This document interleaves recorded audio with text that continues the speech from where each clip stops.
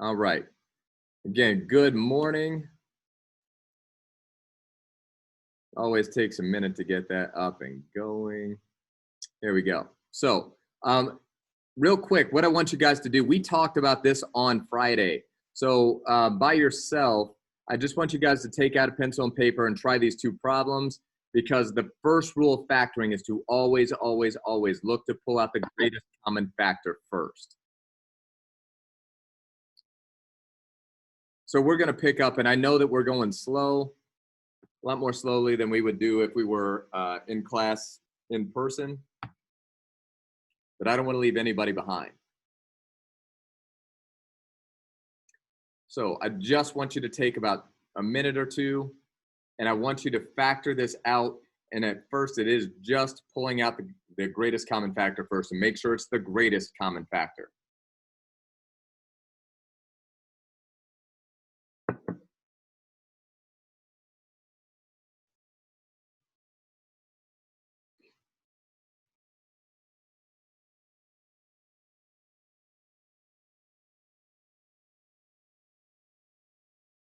Also, this first week might be a little bit rough as far as timing.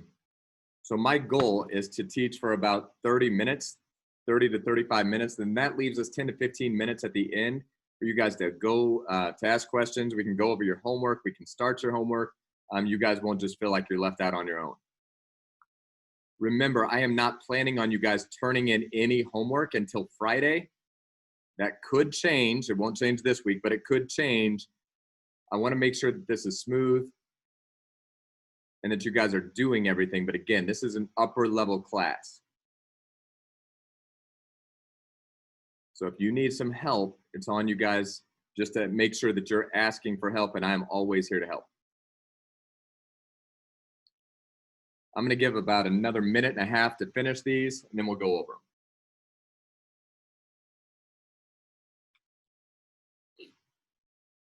If you have any questions, feel free to unmute yourself. I can't read the chat right now while it's on screen share. So you can unmute yourself and ask. But I will go over this in about 1 minute.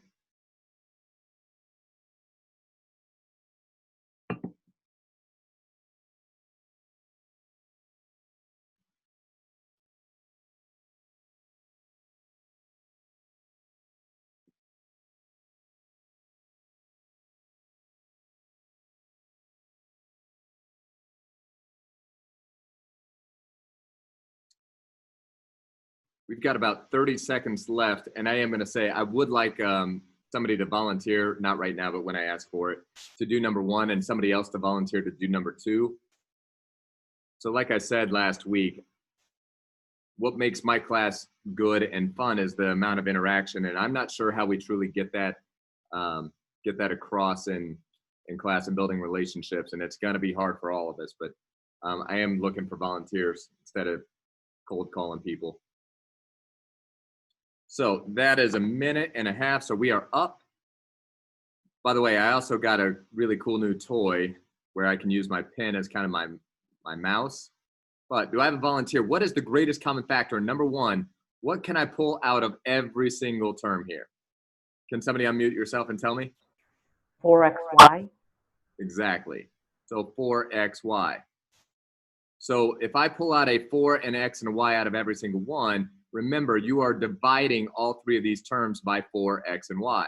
So 12 divided by 4 is 3. I had 2 x's, I took 1 out, I still have 1. I had 3 y's, I took 1 out, so I still have 2 y's. Negative 8 divided by 4 is negative 2. I had an x, I took it out, it's gone. I had 2 y's, I took 1 out, so I still have 1 left. Positive 4 divided by 4 is 1. I had an x, I took it out. I had a y, I took it out. So that is my final answer. That is it. That is the only correct final answer. So if you didn't put the +1, it would be wrong. Any questions about that? All right. New volunteer, number 2. Does anybody know what the greatest common factor, not just any common factor, what's the greatest common factor in these 3 terms? 16. Exactly. So if I divide all 3 terms by 16, I'm left with x squared minus 5x minus 3. Now, just to take this to the next level, some people might say, well, I can't factor this any further. Is it prime? No, it's not prime. It's not prime because we already pulled out a factor. This is the same thing. This is factoring. This is your final answer. If you can ever factor or pull out a common factor, it's not prime. So that's what we kind of talked about Friday. Let's go ahead and get into other factoring. Now, I'm going to let you guys know, I teach this a little bit differently, and I'm going to teach it 2 ways. All right, we're going to start with difference of squares, but when we get into to factoring trinomials, I understand that I teach it differently. I will go back over most likely how your teacher did it. But go ahead and see if you remember how to do this. So the first step is always, always, always look to pull out a common factor. Sometimes you can, sometimes you can't. If you have a binomial, that means just 2 terms that you're going to look for sum and difference of squares. Eventually, we'll get into this, sum and difference of cubes. Not yet, but we will get into that. So let's do number 1 together. Always start by asking, can I pull out a common factor? Well, what common factor can I pull out of number 1? 9. 9, that's right. So after I factor out the 9, I have x squared minus 9. Now, again, I am not trying to go back way too far, but here's the thing. Whenever your quantity is still a binomial, you always look for a difference of squares, which means, is it a perfect square minus a perfect square? And is x squared minus 9, is that a perfect square minus a perfect square?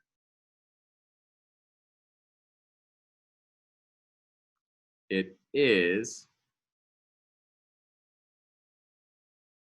And if I need to go back and hit other factoring rules, I will in just a second. But perfect square minus a perfect square, a difference of squares means your signs are going to be opposites. The square root of x squared is x. The square root of 9 is 3. And we are done. So what makes a difference of squares is a perfect square minus a perfect square. Now, I'm going to walk you through this real quick. Let me change colors, and I'll walk you through this. Again, I'm not trying to go too slow or treat anybody like you're dumb, but I do realize this has been it's been a long time, at least a year, since you guys have done any of this stuff. So how to check your answer? Remember, I can check my answer by foiling it back out. So x times x is x squared. X times negative 3 is negative 3x, and this is just checking my work. Positive 3 times x is plus 3x, and positive 3 times negative 3 is negative 9. The reason they're opposites and exactly the same is because what happens to the middle term? They cancel out. Negative 3x plus 3x is 0, so that leaves us with x squared minus 9. And then again, I could check by multiplying that back out or distributing. So 9x squared minus 81, it matches. This is your final answer. Remember, factoring is really just simplifying. So take a second and try number 2 on your own. Actually, try 2 and 3 on your own, and then we'll discuss in about 2.5 minutes.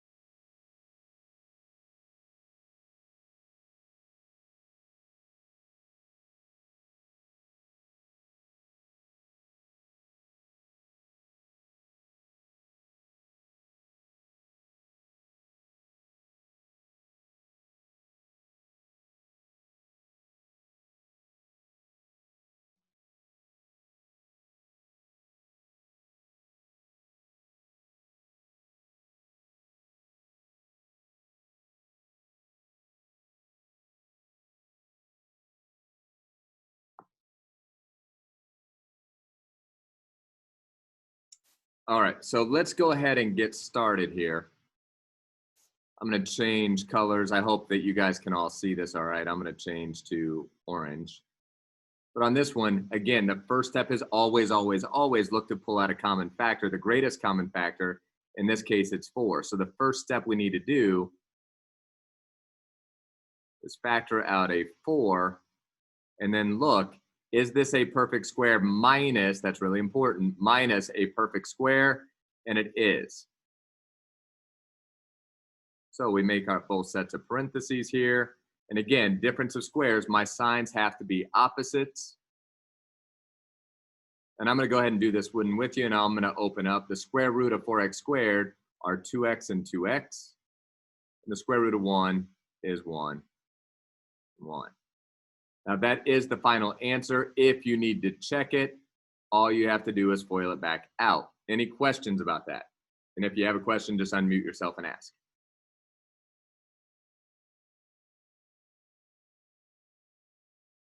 All right, so let's move on to number 3. Again, the first step is to look to pull out a common factor first. I'd like somebody to tell me what is the greatest common factor in these two terms? 2. Perfect. So if I factor out a 2, I'm left with x squared plus 4. Can I factor this any further? Is this a difference of squares, yes or no? Yeah. So I heard yes. No, it's not. It's not a difference. Edward, what you said it's not a difference. What exactly do you mean by that? We aren't removing a square from a square. We're adding them together. Exactly. So look at this sign. A lot of people get tripped up by just not paying careful attention. Difference has to be a minus sign. So I'll explain that in just a minute. But in other words, here's what we have. I have no middle term plus 4. So this sign has to be a minus sign. And this is actually on one of the next screens. But there's no factors of 4 that will add together, a positive 4 that will add together to be 0. They can subtract and equal 0, but they can't add and equal 0. So my entire answer for number 3 should just be 2 times the quantity of x squared plus 4. You cannot factor it any further for the only reason of it's not a difference. Okay? So make sure you guys pay attention to the signs. And some people will say, but it's a perfect square and a perfect square. It has to be a difference or a minus sign. All right? Now, here's what I was saying. I know that I teach this in a kind of an unusual manner, and I will tell you why it is like it is. So I would probably write this down, but make sure you understand where I'm coming from. So if you have a trinomial, that means 3 terms. I do this by steps. Make sure you write your parentheses and you fill in the correct signs. I will explain this thoroughly here in just a minute. If your second sign is a plus sign, your signs must be the same. If your second sign is a minus sign, your signs must be opposite. So you might want to take a minute, and I'm going to give you guys about 2 minutes here. Write that down and see if you understand what I'm saying.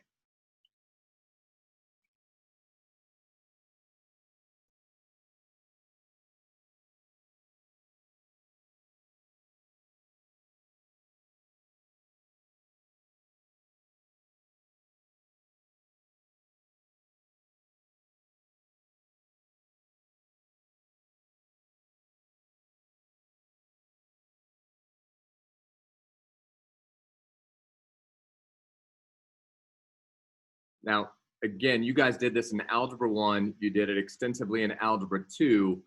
But I want to show you my way, and I will explain why I teach it my way. You do not have to do it my way. I don't care. But if you do it the way that I'm introducing it, when you get to a more complex problem, it will become a lot easier. Again, I want to say that I do not care how you factor as long as you get it correctly.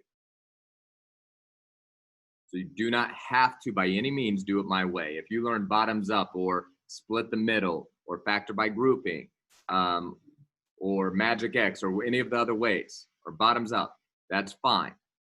In fact, I'll even show you some other ways, but I want you to understand why things work.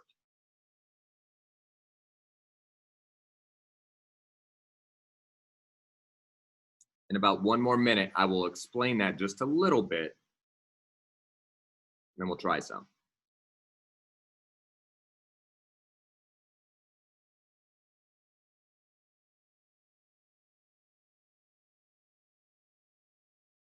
I have a question. Like Yep. after this, can you go back to the first one so I can copy down the rest? Yeah, absolutely. All right, that's it.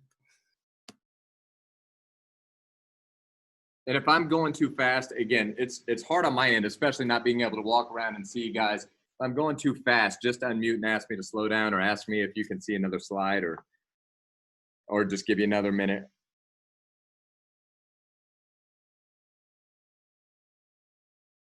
So if we were in person, I could walk around and see where everybody is. Right now, it's kind of tough, and I'll get better at this.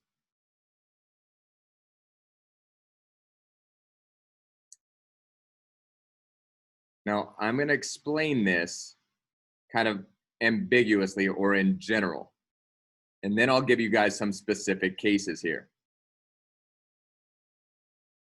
But what this means, so let me go ahead and give you something like this. If I say I've got x squared plus 8x plus 12, and I ask you guys to factor this. By second sign, what I'm referring to, this is the first sign, is this sign right here. So your second sign, if your second sign is positive, which is what it's saying right here, oops, sorry. If your second sign is positive, well, here's what that means. Remember, we are just reverse foiling.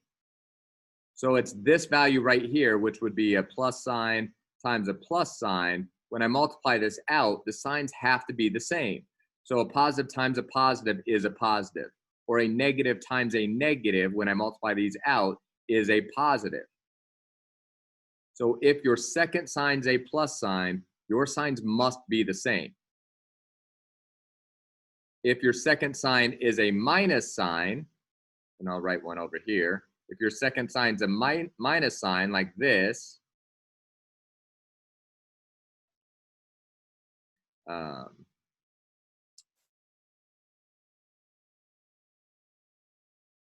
if your second sign's a minus sign like these two, so a positive and a negative, all you're doing is looking at your second sign first. So I'm looking at this negative, and that means that your signs when you're factoring have to be opposites. Again, why? Because a positive times a negative is a negative. A positive times a negative is a negative. Now notice I don't say that it has to be a positive first, then a negative. Just one has to be positive and one has to be negative, and that's it. Okay? By the way, let's go ahead and go over these two that I wrote up here. X squared plus 8x plus 12. So I see that that's a plus sign. So I'm going to go ahead and make my parentheses. If that's a plus sign, then they both take on whatever that first sign is. So that's a plus sign. So my signs are plus plus. My factors for x squared, and I want to keep it balanced, are x and x, at least as balanced as possible. What are my factors that multiply to equal 12 that add up to 8? 2 and 6. Exactly. There you go. Now somebody might say, well, I put the 6 over here and the 2 right here. That's perfectly fine. So either way, that's fine. That's the answer to the top one in the light blue. If we're doing it down here, x squared plus 2x minus 24. Sorry, I'm gonna change to green so you guys can see this. Because my second sign is a minus sign, means my signs have to be opposites. So one of them has to be a positive, one of them's a negative. Again, people will say, well, can I put my negative over here and the positive here? That's absolutely fine. So my factors for x squared are x and x. My factors of 24, now wait a minute. If my signs are different, that means they have to subtract to the middle term. So what are factors of 24 that subtract and equal positive 2? So they multiply to be 24 and they subtract to equal 2. Well, let's see, I can come up here and list them. So I've got, what'd you say? 6 and 4. Perfect. So here's my factors. So I know that 6 minus 4 is positive 2, right? And I want this to be positive 2. So positive 6 minus 4. So positive, oh, sorry. So positive 6 minus 4. Now, if you wrote the negative sign first, that's fine. Negative 4 and positive 6, and that's it. Now, again, I know most of you guys at some point were at least decent at this. So I'm not going to take up any more time, at least as of right now. We'll come back and talk about this in just a minute. So here's an additional part of it. If your signs are the same, and this is what I was just saying, your factors must add to be the middle term. If your signs are opposites, they subtract to be the middle term. So go ahead and write this down and try these on your own. We actually don't have a ton of slides today. I just want to make sure you understand the foundation of factoring before we move on to something. And this really isn't even Algebra 2 yet. This is still Algebra 1 review. We'll get into the Algebra 2 part here in just a little bit. We'll probably get into the pre-cal stuff with it tomorrow.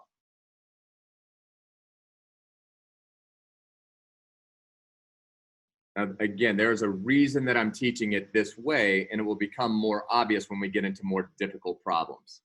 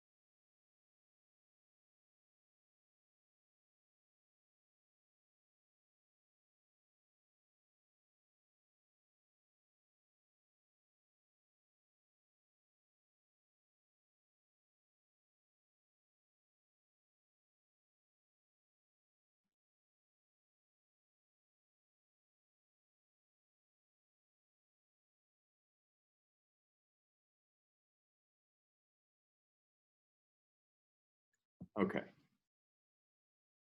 Again, I'm not trying to give you guys too much wait time here, but I'm going to go ahead and walk you through at least the first one, and I will make this more interactive here, but I do want to make sure we get through it.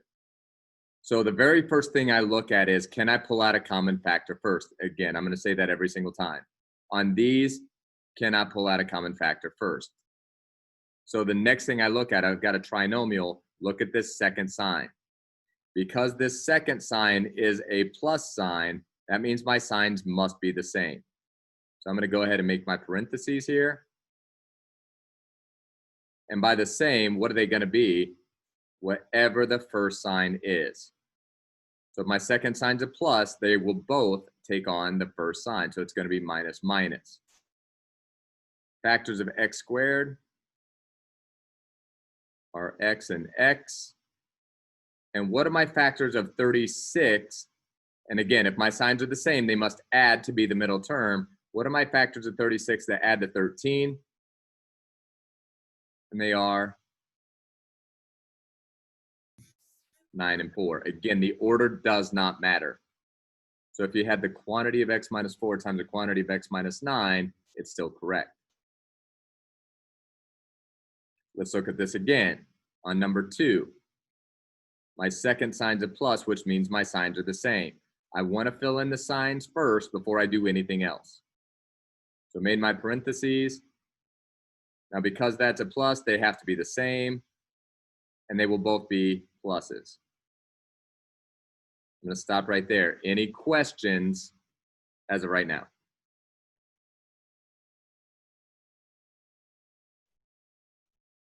Okay. So factors for x squared are x and x. Factors of 70 that add up to 17.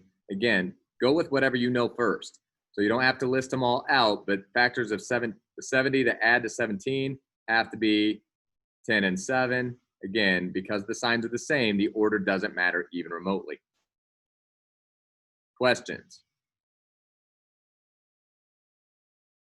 So let's go on to the bottom. Again, can I pull out a common factor on both of these? The answer is no. No common factor to be pulled out. So I see that my second sign's a minus sign, which means that they have to be opposites.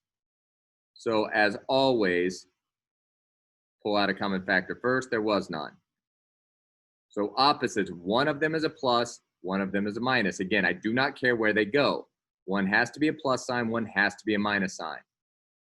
My factors for x squared are x and x. Well, let's see. Factors of 30, because they are opposites, my factors of 30 subtract and equal 7. I'll go ahead and put this down. So 30 and 1, 15 and 2, 10 and 3, 6 and 5. So they multiply to be 30, but they subtract and equal positive 7.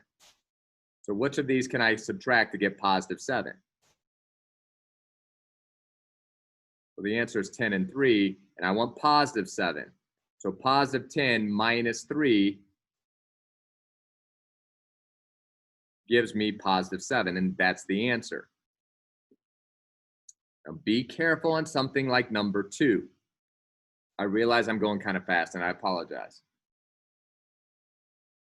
On number 2, can't pull out a common factor. Make your parentheses. My second sign's a minus, so plus, minus. Factors of x squared are x and x. So factors of 24 that subtract and equal negative 10.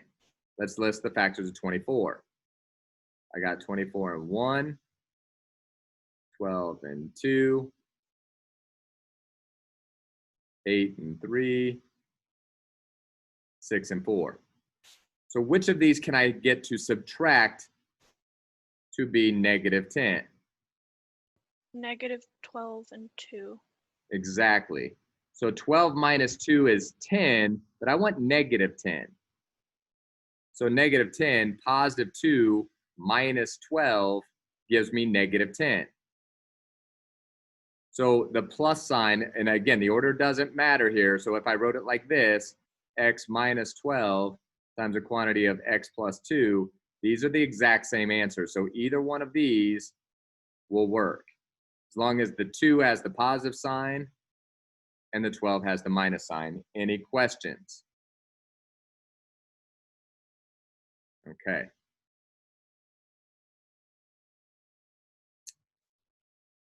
Now, we're going to go ahead and move on just a little bit. This is the last thing that we're doing today.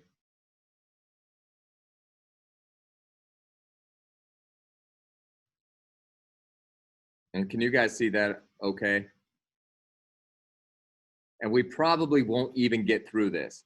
Like I said, my goal is to keep all of your lessons to no more than 35 minutes. I'm not always going to be able to hit that, because I know that 35 minutes of sit and get's a long time.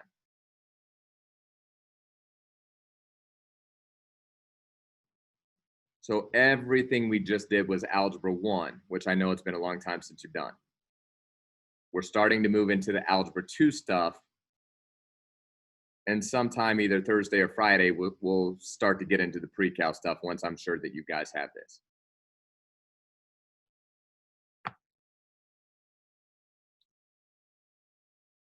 So as a document, this will always be up on Canvas by the end of the day, just in case you miss something. But you should write it down. By next Friday, I need all of you guys to be very good at factoring, because we're going to be factoring all semester.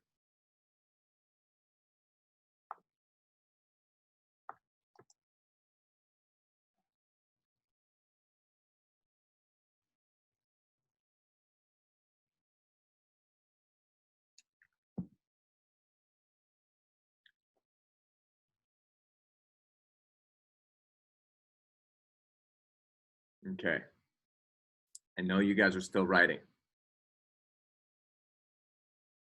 the rules are very simple to factoring. In practice, some of this takes a little bit of time. Look to pull out a common factor first.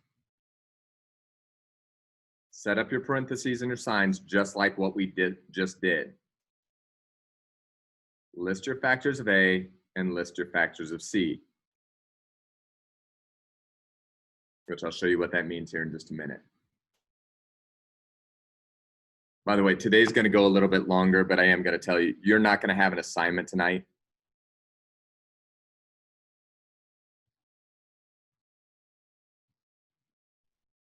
Your first assignment will be tomorrow. These hints are what makes my way a little bit easier once you get to complex problems. If you learned bottoms up last year, when it's a simple problem, bottoms up will by far be the fastest way. I will teach you that tomorrow.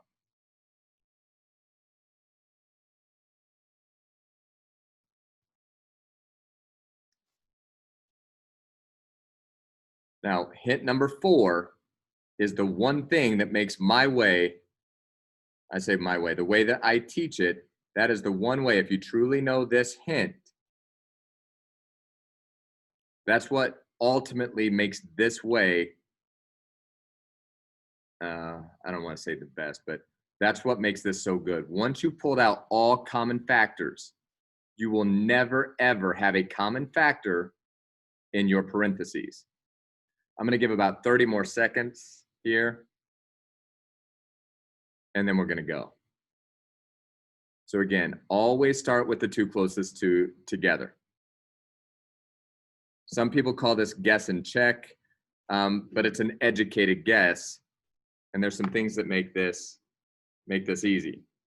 If you're looking for the middle term to be +5 and you got -5, real simple. If you get the opposite value, all you have to do is switch your signs. So let's look at this real quick. And I apologize. I don't know why they decided right now to drill outside of my room. But so the very first thing, number 1, I cannot pull out a common factor. Okay.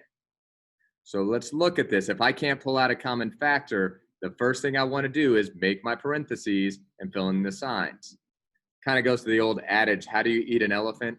One bite at a time. So if you just do it one step at a time, it's not bad. Because my second sign is a minus sign, my signs are opposites. My factors for 2x squared are only 2x and 1x. You don't have to put the 1, but it's not wrong if you do. So remember, that's going to go right here. By the way, if this value is prime, it becomes pretty easy. My factors for 28, I'm going to list them over here, are 28 and 1, 14 and 2, and 7 and 4, and that's it. Now, any questions so far? I haven't done much, but any questions yet?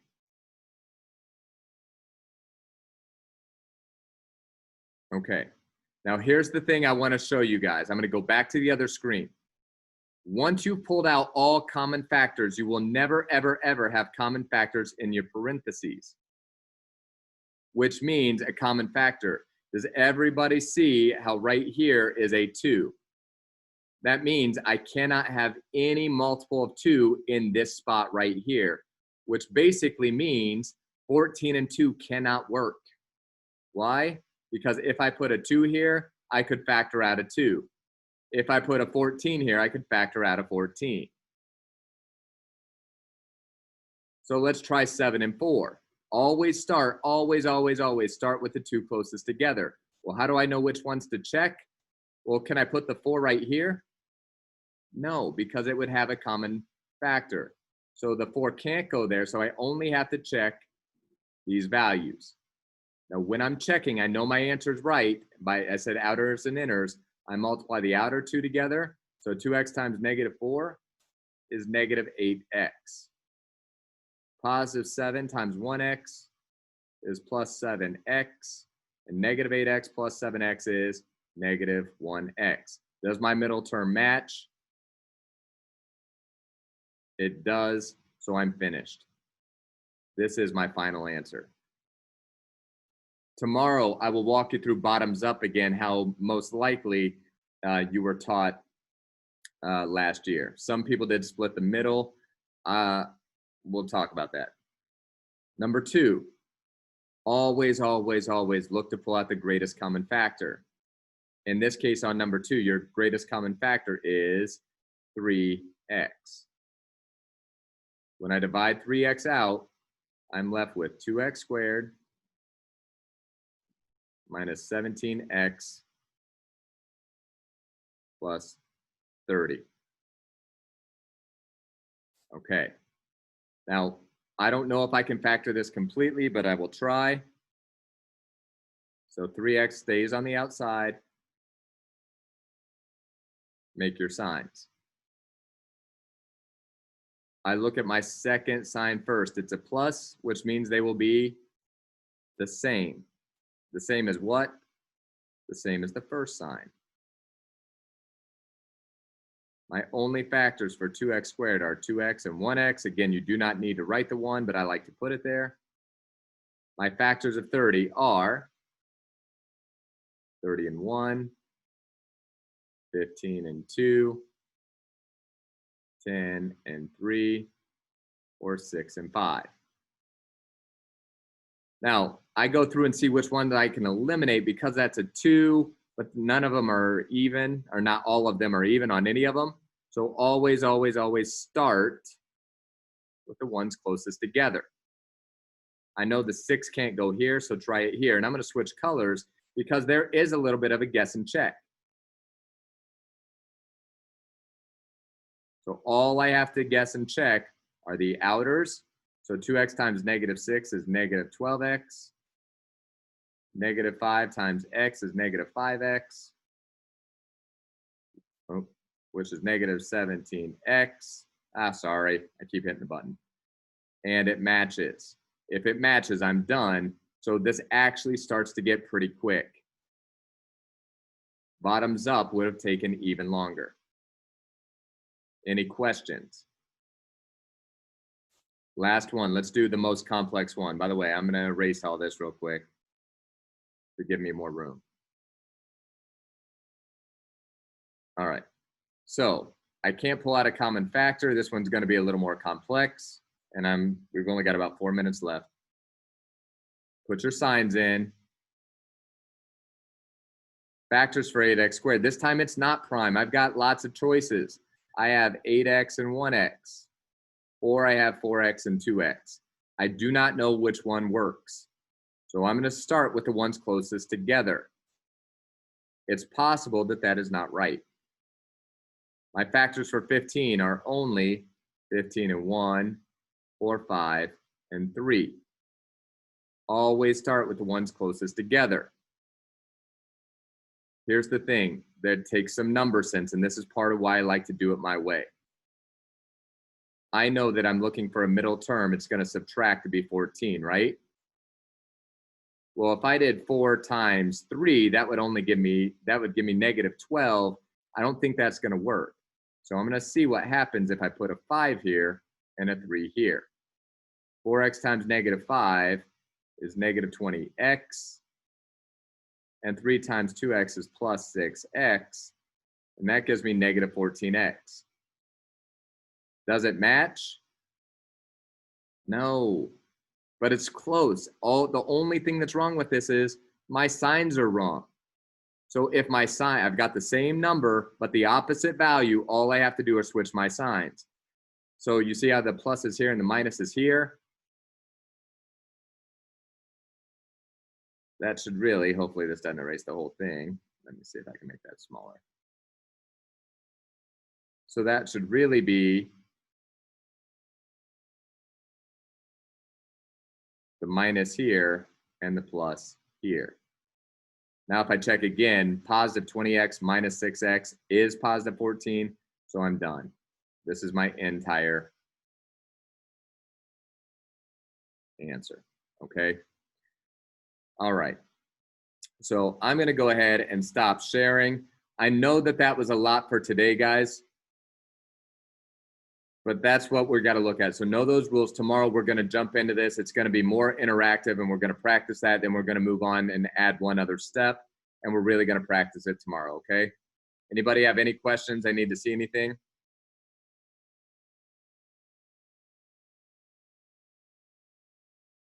All right.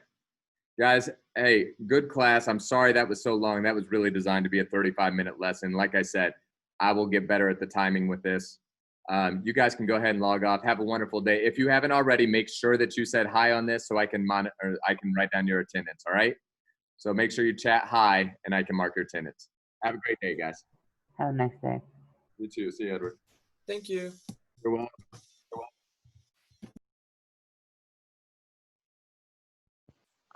I still had a question.